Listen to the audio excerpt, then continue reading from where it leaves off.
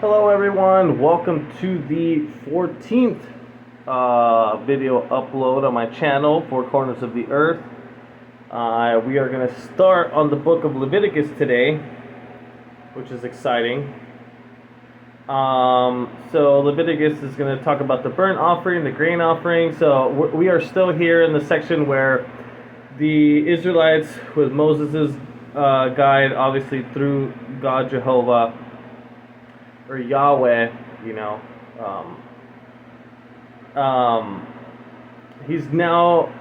God is now giving instructions of how to do. They built the tabernacle. They got all the pieces together. All the people came and gave donations to build the tabernacle. Now they built it. They put it together. Now is the instructions on how to do the offerings: the incense offering, the burnt offering, the grain offering, the sin offering, the guilt offering. So we'll get into a few of those today. I'm going to do a few chapters again. I try to keep my videos within 30 minutes. But it's very exciting that I'm on the third book now of Leviticus. I have read the whole Bible before, but now that I'm doing it in public to the world, it's awesome. So all you earthlings could appreciate it. Follow along with your own Bibles. Yeah, let's get into it. Perfect. Leviticus chapter 1. And Jehovah called Moses and spoke to him from the tent of meeting, saying, "Speak to the Israelites and tell them, if any of you would present an offering to Jehovah from the domestic animals, you should present your offering from the herd or from the flock. If his offering is a burnt offering from the herd, he should present a sound male animal. He should present it of his own free will before Jehovah at the entrance of the tent of meeting. He is to lay his hand on the head of the burnt offering, and it will be accepted in his behalf to make atonement for him. Then the young bull must be slaughtered before Jehovah, and the sons of Aaron, the priests, will present the blood and sprinkle the blood on all the sides of the altar, which is at the entrance of the tent of meeting. The burnt offering should be skinned and cut into pieces. The sons of Aaron, the priests, are to put fire on the altar and arrange wood on the fire. The sons of Aaron, the priests, will arrange the pieces of the offering with the head and the suet, soot, over the wood that is on the fire on the altar. Its intestines and its shanks will be washed with water, and the priest is to make all of its smoke on the altar as burnt offering, an offering made by fire of pleasing aroma to Jehovah. If his offering for a burnt offering is from the flock, from the young rams or the goats, he should present a sound male.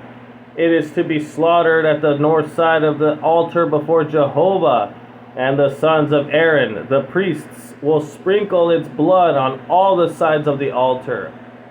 He will cut it up into pieces, and with its head and its soot, the priest will arrange them over the wood on the fire on the altar.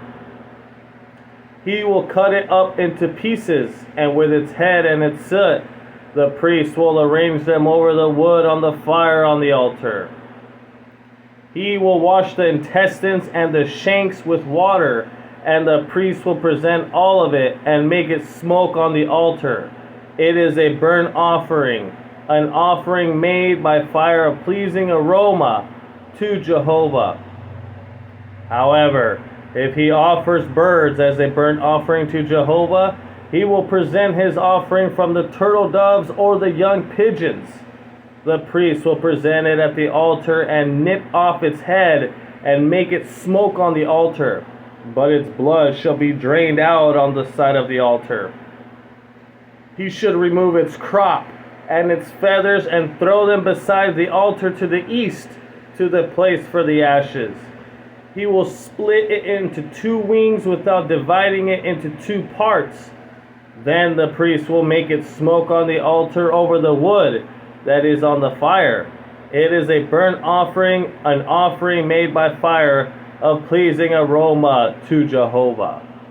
Chapter 2. Gotta move the camera here a little bit. There we go. Now if someone presents a grain offering to Jehovah, his offering must be fine flour, and he should pour oil on it and put frankincense on it. Then he will bring it to the sons of Aaron, the priests, and the priest will take a handful of the fine flour and oil and all its frankincense, and he will make it smoke as a token offering on the altar, an offering made by fire, a pleasing aroma to Jehovah.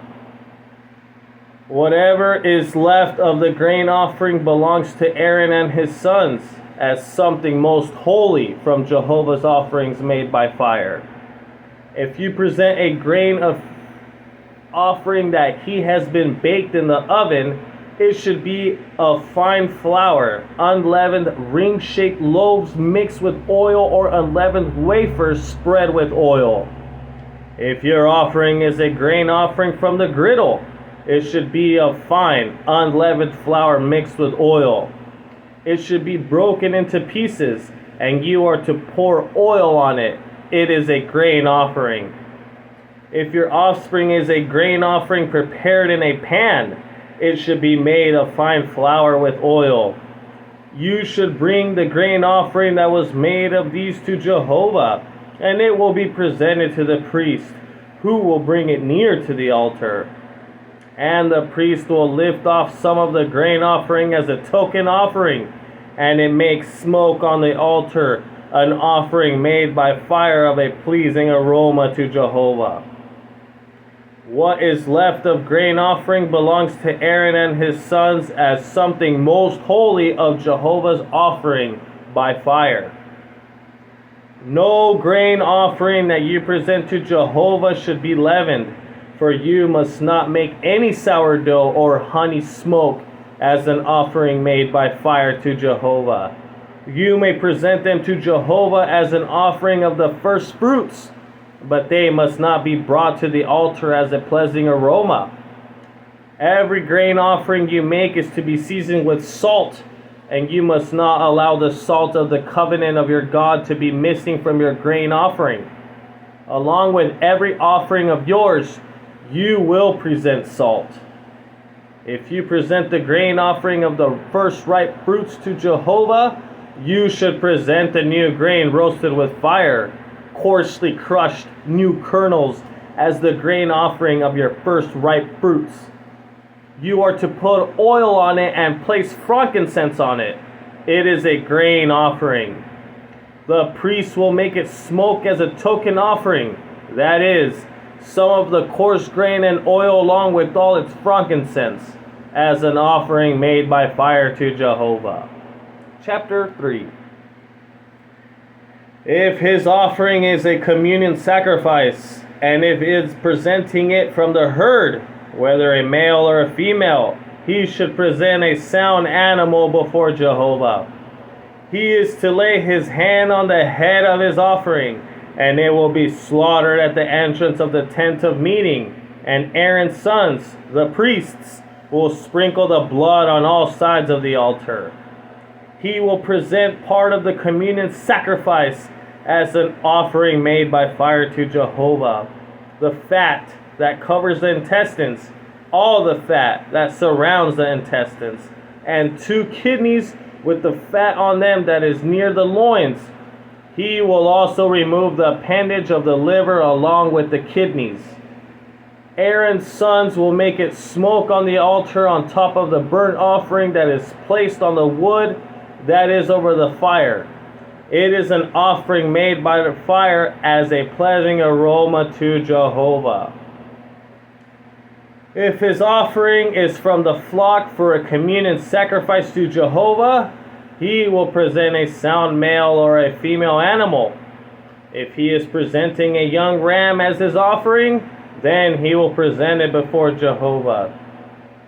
He will lay his hand on the head of his offering, and it will be slaughtered in front of the tent of meeting.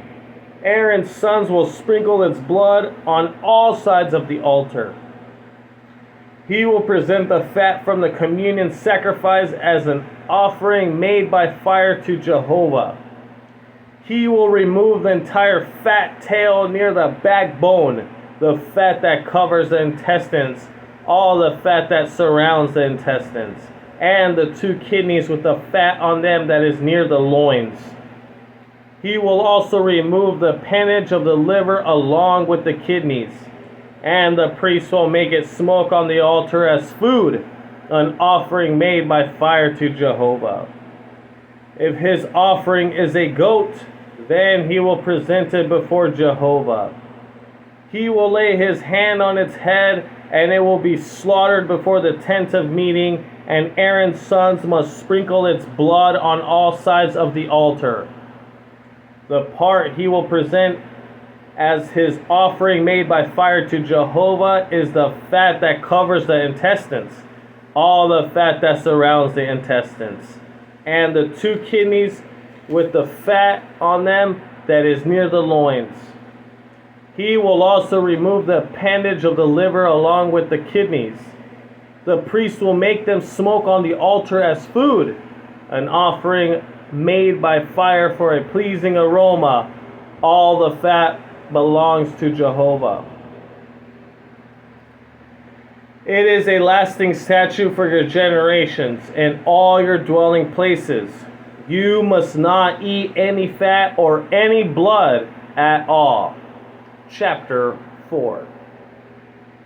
Jehovah went on to say to Moses, "Tell the Israelites, if someone sins unintentionally by doing any of the things that Jehovah commanded should not be done, if the appointed priest sins and brings guilt on the people, then he must present a sound young bull to Jehovah as a sin offering for the sin he committed.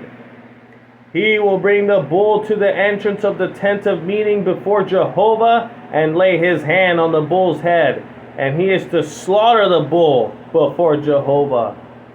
Then the anointed priest will take some of the bull's blood and bring it into the tent of meeting, and the priest will dip his finger in the blood and splatter some of the blood 7 times before Jehovah in front of the curtain of the holy place.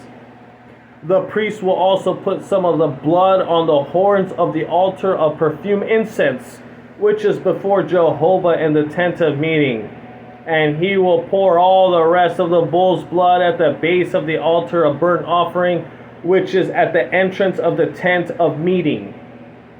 He will then remove all the fat of the bull of the sin offering, including the fat that covers the intestines and the fat that surrounds the intestines, and the 2 kidneys with the fat on them that is near the loins. And he will remove the appendage of the liver along with the kidneys. It will be the same as what is removed from a bull of the communion sacrifice, and the priest will make them smoke on the altar of burnt offering. But as for the skin of the bull and all its flesh along with its head, its shanks, its intestines, and its dung, all the rest of the bull, he will have it taken to the outskirts of the camp to a clean place where the ashes are discarded, and he will burn it on wood in the fire. It should be burned where the ashes are discarded. Now, if the entire assembly of Israel has become guilty by committing a sin unintentionally, but the congregation was unaware that they have done something that Jehovah commanded them not to do, and then the sin becomes known, the congregation must present a young bull for a sin offering and bring it before the tent of meeting. The elders of the assembly will lay their hands on the bull's head before Jehovah, and the bull will be slaughtered before Jehovah. Then the anointed priest will bring some of the bull's blood into the tent of meeting. The priest is to dip his finger into the blood and splatter some of it 7 times before Jehovah in front of the curtain. He will then put some of the blood on the horns of the altar, that is before Jehovah, which is in the tent of meeting, and he will pour all the rest of the blood of the base of the altar of burnt offering, which is at the entrance of the tent of meeting. he will remove all its fat and make it smoke on the altar. He is to do the bull just as he did to the other bull of the sin offering. That is how he will do it. And the priest will make atonement for them, and they will be forgiven. He will have the bull taken to the outskirts of the camp and will burn it, just as he burned the first bull. It is a sin offering for the congregation. When a chieftain unintentionally sins by doing one of all the things that Jehovah his God commands should not be done and has become guilty, or if he becomes aware of a sin that he has committed against the commandment, then he must bring a sound young male goat at his offering. He will lay his hand on the head of the young goat and slaughter it in the place where the burnt offering is slaughtered before Jehovah. It is a sin offering. The priest will take some of the blood of the sin offering with his finger and put it on the horns of the altar of the burnt offering, and he will pour the rest of its blood at the base of the altar of burnt offering. He will make all of its fat smoke on the altar like the fat of the communion sacrifice, and the priest will make atonement for him for his sin, and it will be forgiving him.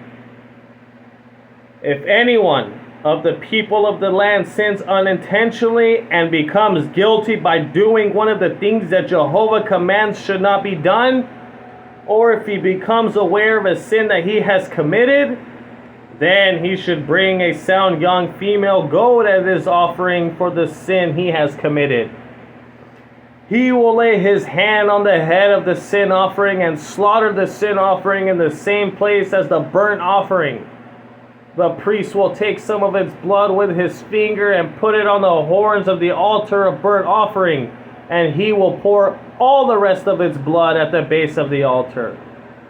He will remove all its fat, just as the fat is removed from the communion sacrifice, and the priest will make it smoke on the altar as a pleasing aroma to Jehovah, and the priest will make atonement for him, and it will be forgiving him. But if he offers a lamb as his sin offering, he should bring a sound female lamb.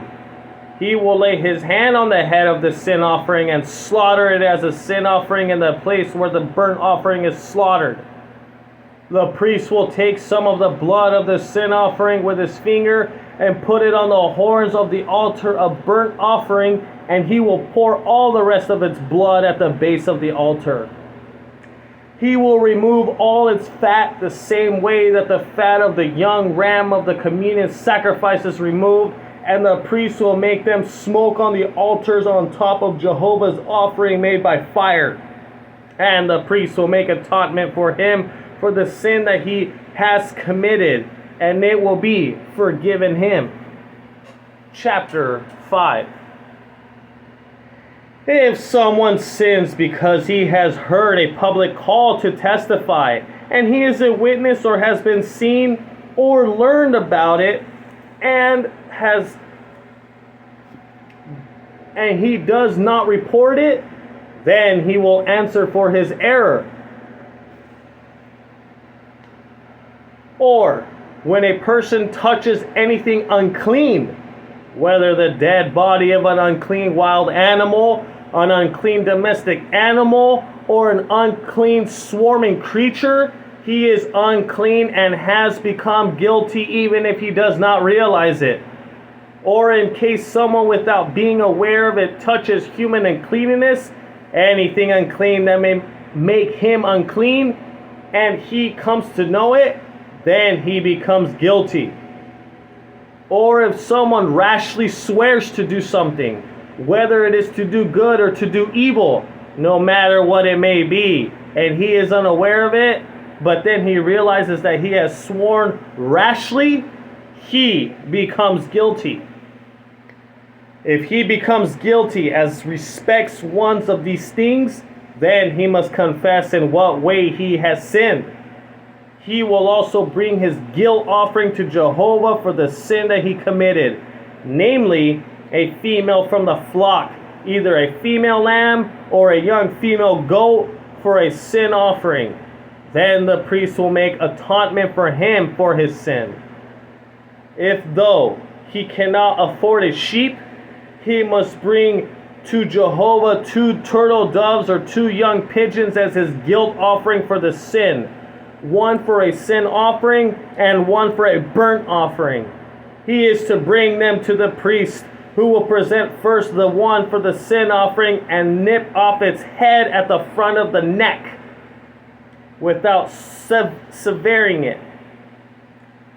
He will splatter some of the blood of the sin offering on the side of the altar, but the remainder of the blood will be drained out at the base of the altar. It is a sin offering.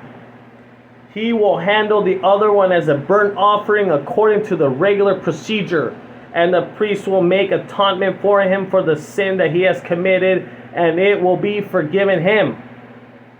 Now, if he cannot afford 2 turtle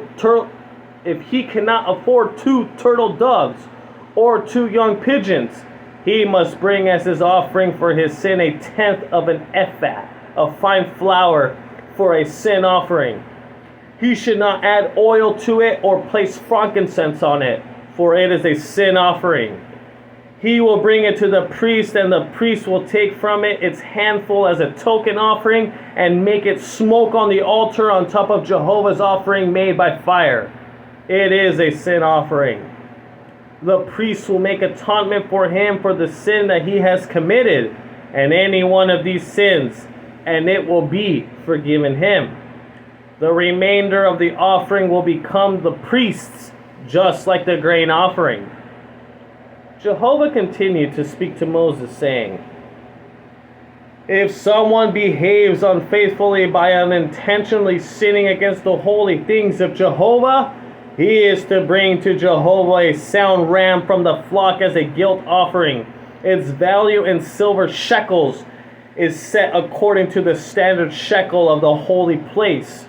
And he will make compensation for the sin he has committed against the holy place. And he will also add 1/5 of its value.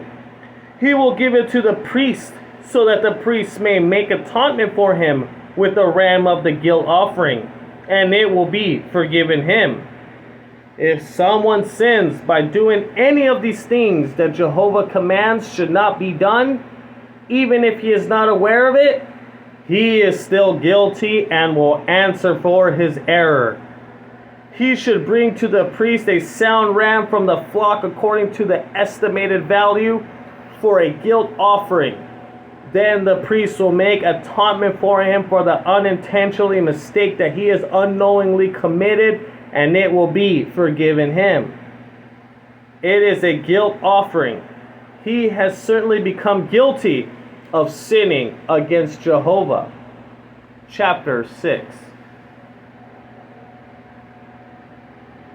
Jehovah went on to say to Moses, if someone sins and behaves unfaithfully towards Jehovah by deceiving his neighbor in connection with something entrusted to him, or something deposited with him, or he robs or defrauds his neighbor, or he finds something lost and is deceptive about it, and if he swears falsely over any such thing he may commit, this is what he should do. If he has sinned and is guilty, he must return what he stole, what he extorted, what he took by fraud, what was entrusted to him, or the lost thing that he found, or anything about which he swore falsely, and he must make full compensation for it. And he will add to it 1/5 of its value. He will give it to the owner on the day his guilt is proved, and he will bring to the priest as his guilt offering to Jehovah a sound ram from the flock according to the assessed value for a guilt offering. The priest will make atonement for him before Jehovah, and he will be forgiven for anything he may have done resulting in his guilt. Jehovah continued to speak to Moses, saying, command Aaron and his sons and say, this is the law of the burnt offering. The burnt offering will remain on the hearth on the altar all night long until the morning, and the fire will be kept burning on the altar. The priest will clothe himself with his offering dress of linen, and he will put the linen shorts on over his flesh. Then he will remove the ashes of the burnt offering that the fire has consumed on the altar and place them beside the altar. Then he will take off his garments and put on other garments and take the ashes to a clean place outside the camp. The fire will be kept burning on the altar. It must not go out. The priest must burn wood on it each morning and arrange the burnt offering over it, and he will make the fat of the communion sacrifice to smoke over it. Fire will be kept constantly burning on the altar. It must not go out. Now this is the law of the grain offering. You sons of Aaron are to present it to before Jehovah in front of the altar. One of them will take a handful from the fine flour of the grain offering and some of its oil and all the frankincense that is on the grain offering. And he will make it smoke on the altar as a pleasing aroma for a token offering to Jehovah. Aaron and his sons will eat what is left of it. It will be eaten as an unleavened bread in a holy place. They will eat it in the courtyard of the tent of meeting. It should not be baked with anything leavened. I have given it as their share out of my offerings made by fire.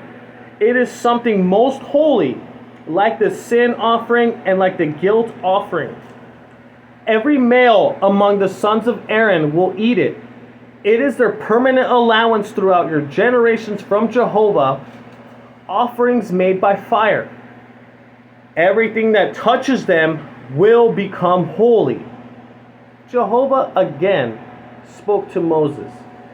This is the offering that Aaron and his sons will present to Jehovah on the day he is anointed.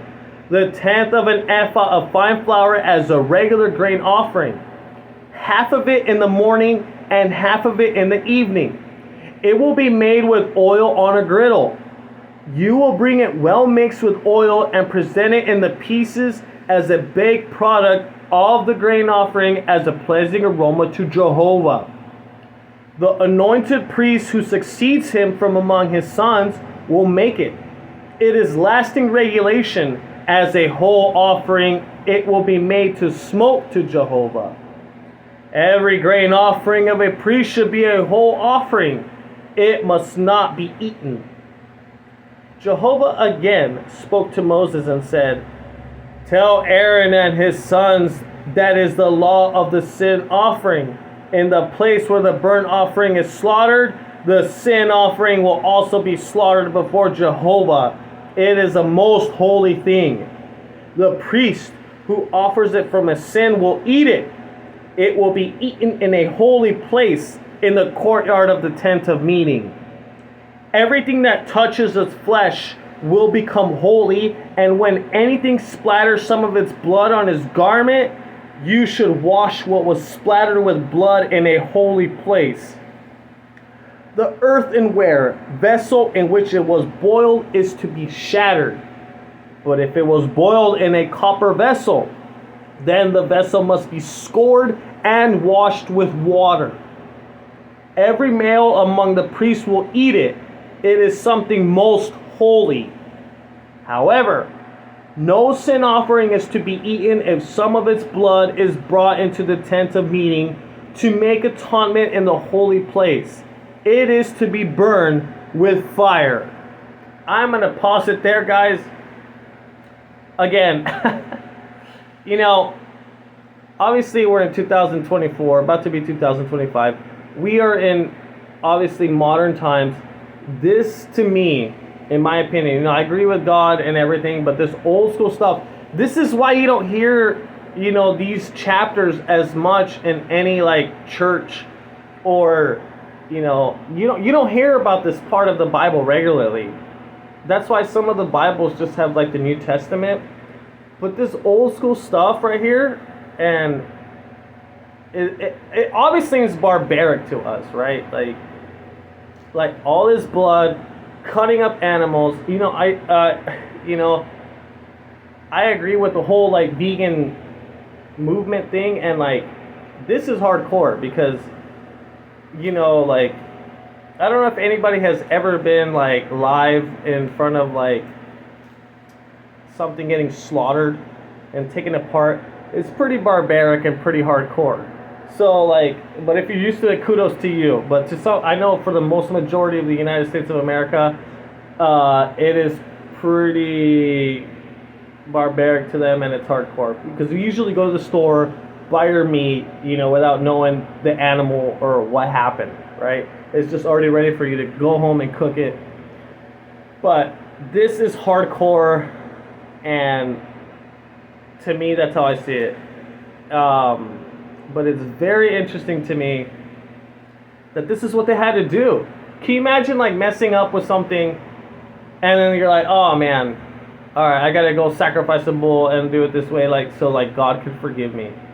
So again, I said it before in the last video. It's like I'm just glad that Jesus Christ came, and we don't have to do these type of, sacrifices in order to get like forgiveness from God. Now it's all about like, in my opinion, it's all about like doing good and having a clean conscience. I mean, one doesn't even have to read the Bible to know what's good from bad. You might have learned ABCs from Sesame Street, and I learned ABCs from the cartoon Arthur. But in the end, we both know the ABCs. It's the same thing with like the good and bad. Like you don't have to know. I didn't have to read the Bible, or that person didn't have to read the Bible to know what's good and bad. We are born in the image of God, in my opinion, and that's how we know what's good and wrong. That's why you see like the shorts on Instagram and YouTube, right? Most of them are like are people naturally being good. Like when someone needs help, people go and help that person because it's inside of us to do good. Like that's just how we are. Yeah, there's murdering and rape and stealing and all this stuff, of course. But if you see like the broader picture, people want to help people out. It's just a few that are like in the wrongdoings of life because maybe they were, it was how it was raised. It's humanistic and behavioralism. So, again, it's very interesting to see all this, that this is what they had to do in order to like forgive their sins. And what was really cool about this read is that I really love how God like gave like credit to like, well, if you can't afford a ram and you can't afford a sheep and you can't afford birds, well then just bring some like flour and then we'll do it that way. So I thought that was really cool that God like, there's always poor people in the whole, like, I'm not rich at all or well off, so but like, so like it's cool that God gave like that credit. Like they're like, all right, you can't have your sin pardoned because you don't have rams, or you can't have your sin pardoned because you don't have sheep, or you can't have if you're middle class, you can't even afford a bird. So it's so cool that he gave that like ruling where, all right, if you can't afford any animal at all, or even a bird, then just bring some flour. And I wonder what people would do. I guarantee like everybody had at least a little bit of flour, but if they didn't, I wonder what would happen. I guarantee you someone would at least give it to them as a gift. I don't know. But that was very interesting to see that, everyone had at least something to bring, or had to, in order to get to be forgiven for their sin. And it's just very interesting. And that's not even the end of it. I left off on chapter 6, so we're going to do chapter 7 next. And it's going to be the instructions of the guilt offering again, the communion offering, eating fat or blood forbidden, and it's going to keep going. And Leviticus is all about that. And it even gets into later on of like if they started getting sick, like what one has to do in the community to be considered clean again and be accepted back into the community. So it's going to get really interesting. Again, that was the reading for Sunday. I hope you all had a good Sunday. I don't know if you all go to church, but I went to my church today, and it's just all about getting that spiritual food. I know there's a lot of churches, and I know not everybody's going to agree with my beliefs, but in the end, we all have the Bible, and it's all the same Bible. Even though a few words change here and there, it's all the same concept, guys and girls. It's all the same, and it's about doing good, being compassionate, having love for your neighbor, and not falling down to the devil. Like, you guys see Hollywood, you guys see everything, like everything that's going on with politics. It's all evil and demonic, in my opinion. We're not supposed to put trust in man, and it's just crazy times. And like, they're making hurricanes, and all this is going on, and we just have to keep strong-minded and love and not hate. Oh, you're a Democratic. Oh, you're a Republican. I hate you both because I'm the Green Party. Oh, I'm the, like, it's just, oh, I'm Team Israel. Oh, I'm Team this. Oh, I'm Team, Iran and all that. Oh, I'm Team Russia. I'm Team China. I'm Team North Korea. That doesn't matter. We're all human. Like, these borders and this whole mentality is insane. And I really pray for every single one of those. I'm not Team anything. I'm Team human. I'm Team Earthlings. And sorry for giving my little speech here, which I've never done in any other video, but this is how I really feel. I'm Team Earthlings, which means everybody who lives on Earth.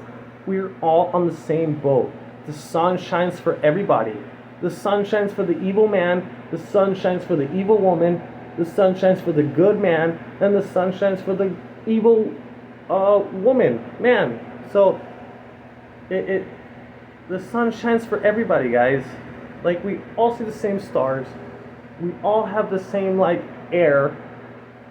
Like, let's all just, like, and I know it's not going to get down to that. It's foreseeing what the world is going to be like, but that's just my belief.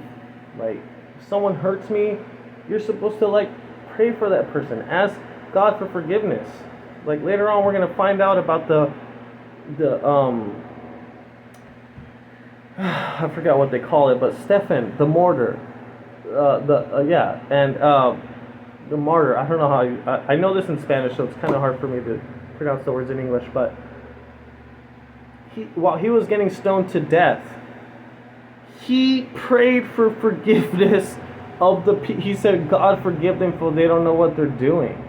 I mean, the person, can you imagine getting stabbed, right, or getting shot, and right before you know you're going to get murdered, you're like, God, forgive this person about to murder me, for they don't know what they're doing. I mean, that's just true Christianity. And if you're like a scientist, that's just pure civility. Caring about others before you care for yourself. I mean, and that's just the way it's supposed to be. And that's my opinion. Anyways, I'm done here. I don't know why I rant for a while. I just had to get that out. Happy Sunday. See you tomorrow on Monday. We're going to continue on Leviticus 7. Thank you so much. Leave a comment at least. If you can't, hit the like and subscribe. But it does help the channel grow. Like, you all know the algorithm works. But just leave a comment for me. Think about what I could do better, and then all that. Anyways, see you all. Take care.